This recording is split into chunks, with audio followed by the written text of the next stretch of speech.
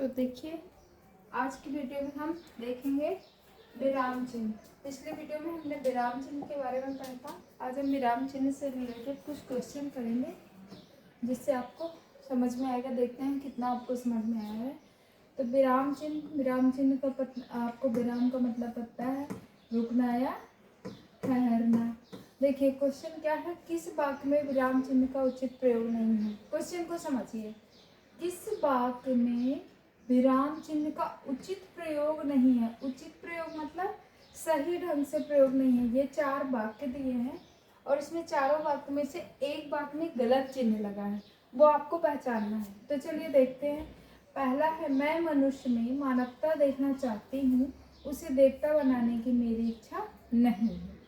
या नहीं, full stop है, ठीक है, कॉमा है, फुल स्टॉप है। फिर यह दूर से बहुत दूर से आ रहा है, ठीक है। तीसरा है, सुनो सुनो वह गा रही है।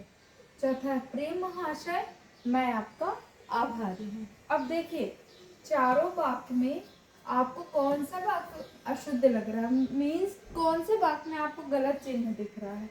मैं मनुष्य में मानवता देखना चाहती हूँ, उद्धरण चिन्ह है, उसे देवता बनाने की मेरी इच्छा नहीं है, फुल स्टॉप है। ये मुझे सही है, मुझे सही लगा, देख लीजिए रूल्स के अकॉर्डिंग ये सही है। दूसरा, यह दूर से बहुत दूर से आ रहा है। कॉमा है यहाँ पे, कॉमा का मतलब होता है थोड़ा सा रुकना, अल्प विराम जिसको बोलते हैं। अल्प विराम मतलब थोड़ा सा विराम। तो यह दूर से बहुत दूर से आ रहा है, ठीक है, ये भी सही है। तीसरा है, सुनो सुनो वह गा रही है। अब यहाँ पे क्या है, विस्मयादि बोधक चिन्ह है। सुनो सुनो वह गा रही है। अब देखिए ये क्या है, ये रॉन्ग है, इसका डिस्कशन करते हैं। ये प्रिय महाशय मैं आपका आभारी, ये सही है। तो इसमें उचित प्रयोग किसमें नहीं है, सी में। क्यों? क्योंकि विस्मयादि बोधक चिन्ह लगा हुआ है और हमें पता है विस्मयादि बोधक चिन्ह कब उपयोग होता है, जब कोई भी ओ आश्चर्य, विस्मयादि बोधक चिन्ह होता है ओ, वाह, अरे, ठीक है। यहाँ पे क्या होता है, विस्मयादि बोधक चिन्ह। तो ये क्या है, गलत है। सुनो सुनो यहाँ पे विस्मयादि बोधक चिन्ह नहीं आएगा, ठीक है। दूसरा है, निम्न में से कौन विराम चिन्ह का प्रकार नहीं है। विराम चिन्ह का प्रकार नहीं है, इनमें से कौन। 4 ऑप्शन है, निर्देशक, लाघव, उपदेशक और विवरण। तो देखिए निर्देशक चिन्ह भी पता है आपको, लाघव भी, विवरण भी, उपदेशक क्या है, चिन्ह नहीं है। तो सी ऑप्शन क्या होगा, सही, ठीक है। तीसरा क्वेश्चन है, जहाँ वाक्य की गति अंतिम रूप से ले विचार के तार टूट जाएं, वहां किस चिन्ह का प्रयोग किया जाता है। क्या बोल रहा है कि जहाँ वाक्य की गति, कोई भी हम सेंटेंस लिखते हैं या बोलते हैं तो वाक्य की जो गति है, मतलब उसकी चलान है, जो वाक्य का अंतिम रूप ले, मतलब स्टॉप हो जाए, हम रुक जाए, और विचार के तार टूट जाए, मतलब विचार के तार हम जो बोल रहे हैं वो क्या है, टूट जाए, तो वहाँ किस चिन्ह का प्रयोग होता है, सबको पता है, पूर्ण विराम, ठीक है। वाक्य के अंत में जब हमारी बात पूरी हो जाती है लिखने में, तो हम क्या करते हैं, पूर्ण विराम का चिन्ह लगाते हैं। समझ में आ गया, पूर्ण विराम।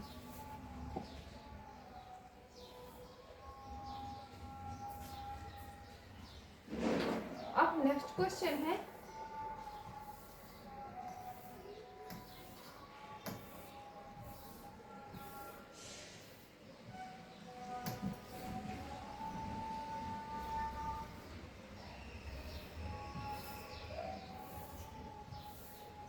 नेक्स्ट क्वेश्चन है, 1 मिनट, ये आ गया।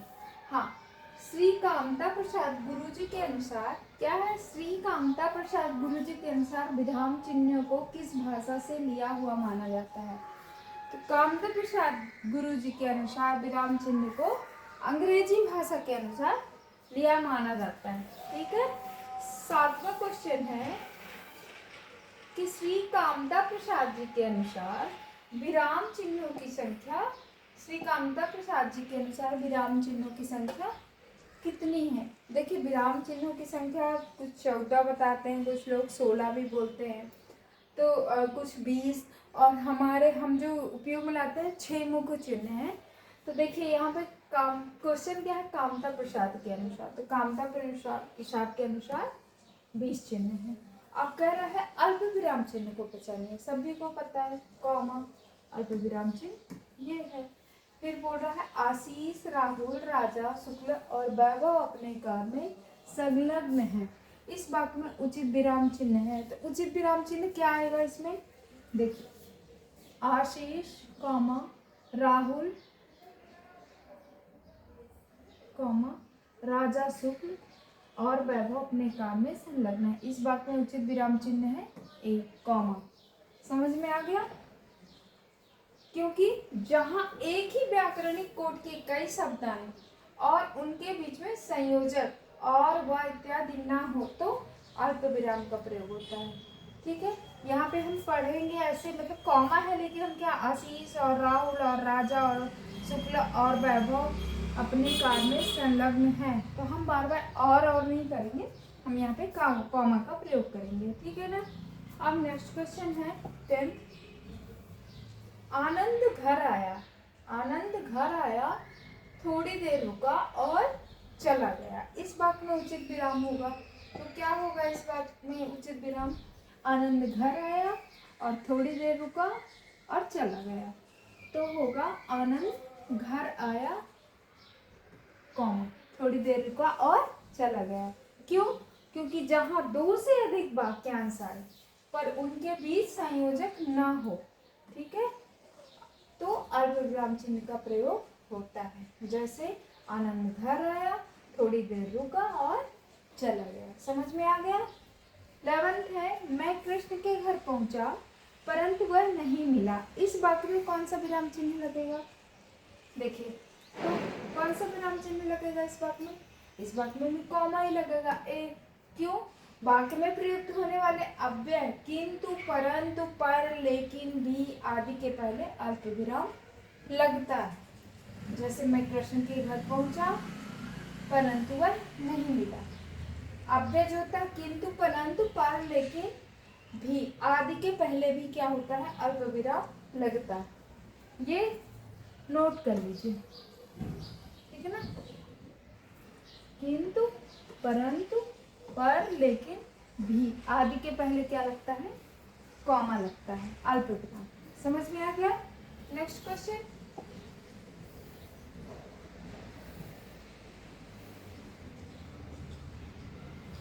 नेक्स्ट क्वेश्चन है समानाधिकरण शब्दों के मध्य में किस विराम चिन्ह का प्रयोग होता है। तो समानाधिकरण शब्दों के मध्य पर कॉमा चिन्ह का प्रयोग होता है, कॉमा मतलब अल्प विराम, ठीक है, अल्प विराम। समझ में आ गया। क्वेश्चन है समानाधिकरण शब्द के बीच में किस चिन्ह का प्रयोग होता है, तो हम बताएंगे कॉमा का प्रयोग होता है। जैसे देश के प्रधानमंत्री श्री नरेंद्र मोदी गणतंत्र दिवस के अवसर पर देश को बधाई दी, ठीक है, समझ में आ गया, क्लियर। नेक्स्ट है वाक्य में जब एक ही प्रकार की कई संज्ञाएं आए तो उनके बीच किस प्रकार का विराम चिन्ह लगता है, सिंपल सा है, संज्ञा, संज्ञा क्या है, नाम किसी वस्तु का या स्थान का या व्यक्ति का, तो वहां पे क्या होता है, कॉमा, अल्प विराम, ऑप्शन बी। नेक्स्ट क्वेश्चन है, देखिए सारे इंपॉर्टेंट क्वेश्चन है, आप देखते रहना। नेक्स्ट है छंदों में एक चरण की समाप्ति पर, छंदों में एक चरण की समाप्ति पर किस विराम चिन्ह का प्रयोग होता है। जो छंद होता है उसमें जो पहला चरण होता है उसकी समाप्ति होती है, पूर्ण विराम नहीं होता वहाँ पे, पूर्ण विराम जो दूसरा छंद पूरा कंप्लीट हो जाता है जब पूर्ण विराम होता है, लेकिन एक चरण की समाप्ति पर किस विराम चिन्ह का प्रयोग होता है, अल्प विराम चिन्ह का, ठीक है। नेक्स्ट है रामू जो बड़ा अच्छा खिलाड़ी है कल उसकी टांग टूट गई, वाक्य में उचित विराम का प्रयोग करें। इसमें भी कौन सा विराम लगेगा, पूर्व और पश्चात के, देखिए क्या होगा, वाक्य के पूर्व और पश्चात भी अल्प विराम लगता है। उपवाक्य जो होते हैं वो उसके पहले और बाद में भी क्या होता है, अल्प विराम लगता है। तो क्या होगा, रामू जो बड़ा अच्छा खिलाड़ी है, कल उसकी टांग टूट गई। फिर है नेक्स्ट, जाना है तो जल्दी जाओ, बाकी में उचित विराम चिन्ह का प्रयोग करो। तो क्या है यहाँ पे, जाना है तो जल्दी जाओ, तो जाना है यहाँ पे भी क्या होगा, अल्प विराम का ही उपयोग होगा। कैसे, देखिए,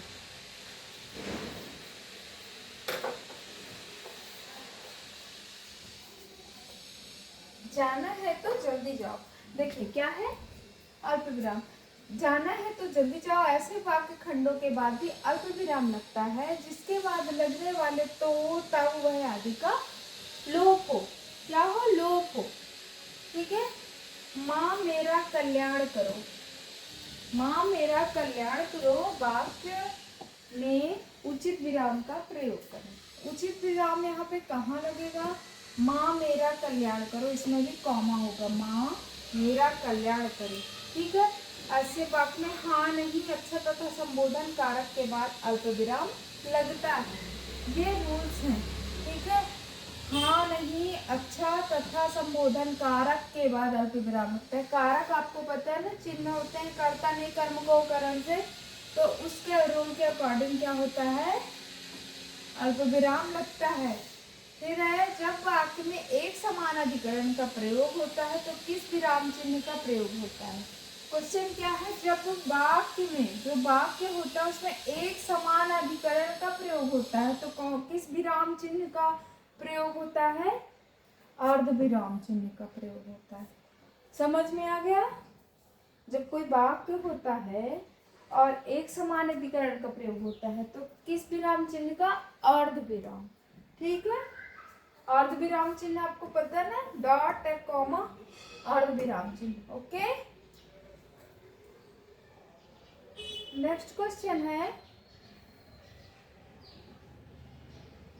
मिश्रित तथा संयुक्त वाक्यों में विरोध का भाव प्रकट करने के लिए किस विराम चिन्ह का प्रयोग होता है। मिश्रित वाक्य और संयुक्त वाक्य में विरोध, दोनों का विरोध प्रकट करने के लिए किस चिन्ह का प्रयोग किया जाता है, दोनों का विरोध करने के लिए हमें अर्ध विराम चिन्ह का प्रयोग किया जाता है। किसका, अर्ध विराम चिन्ह का।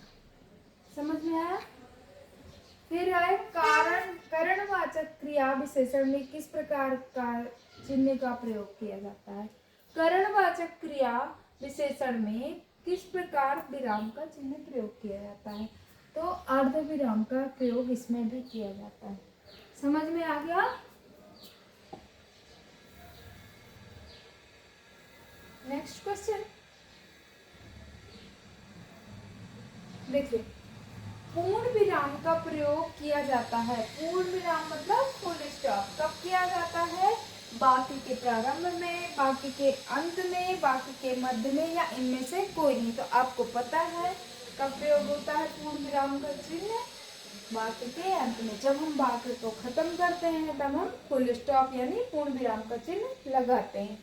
नेक्स्ट क्वेश्चन है, किस वाक्य में पूर्ण विराम चिन्ह का प्रयोग नहीं किया जाता, तो छंदों की एक चरण की समाप्ति पर विराम चिन्ह का प्रयोग होता है ना, अल्प विराम चिन्ह का। तो किस वाक्य के में पूर्ण विराम चिन्ह का प्रयोग नहीं होता, छंदों के एक चरण की समाप्ति पर। ठीक है, नेक्स्ट क्वेश्चन है, तुम कब आओगे, इस वाक्य में उचित विराम का प्रयोग करें। पता है आपको, क्यों, कब, कहाँ, कैसे, कौन सा चिन्ह आएगा, प्रश्नवाचक चिन्ह। तुम कब आओगे, कब, क्यों, कैसे, कहाँ, तो इसमें ऑप्शन बी सही है, प्रश्नवाचक चिन्ह। समझ में आ गया। नेक्स्ट देखिए, आहा तुम्हें पाकर कितना आनंद आ रहा है, वाक्य में उचित विराम चिन्ह का प्रयोग करें। उचित विराम चिन्ह क्या होगा, आहा, मैंने बताया ना, आहा, आहा के बाद क्या होगा, यहाँ पे विस्मय आदिबोधक चिन्ह। कौन सा चिन्ह होगा, विस्मय आदिबोधक चिन्ह। समझ में आ गया। फिर है, कबीर वाणी के डिटेक्टर थे, इस वाक्य में किस विराम चिन्ह का प्रयोग हुआ है, तो इसमें क्या है, उद्धरण चिन्ह का प्रयोग हुआ है। किसका, उद्धरण चिन्ह का। समझ में आ गया। संयोजक चिन्ह को किस अन्य नाम से जानते हैं? तो संयोजक चिन्ह को हम सामासिक चिन्ह के नाम से भी जानते हैं। किस चिन्ह से?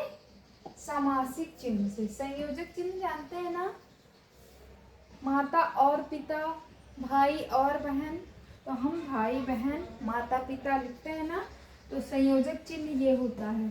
समझ में आ गया। तो संयोजक चिन्ह को हम सामासिक चिन्ह भी कहते हैं। तो ऑप्शन ए इसका सही आंसर है। फिर है 27 क्वेश्चन, भूल सुधारने अथवा शब्द में किसी त्रुटि को सही दिखाने के लिए किस कोष्ठक का प्रयोग किया जाता है? देखिए, भूल सुधारने या गलती को सही दिखाने के लिए किस कोष्ठक का प्रयोग करते हैं हम? वर्गाकार कोष्ठक का। किस कोष्ठक का?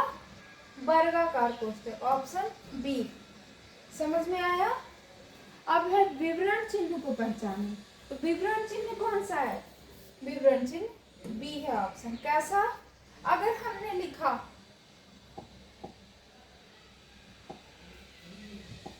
विवरण चिन्ह कौन सा कहलाता है? हमने लिखा, मान लीजिए हम कोई निबंध लिखना है, विज्ञान वरदान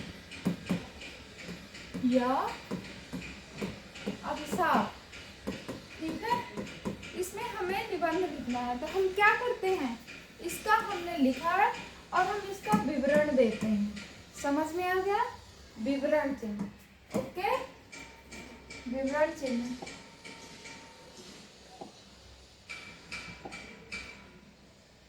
तो क्या हुआ? विवरण चिन्ह को पहचानना को, तो विवरण चिन्ह कौन सा हो गया?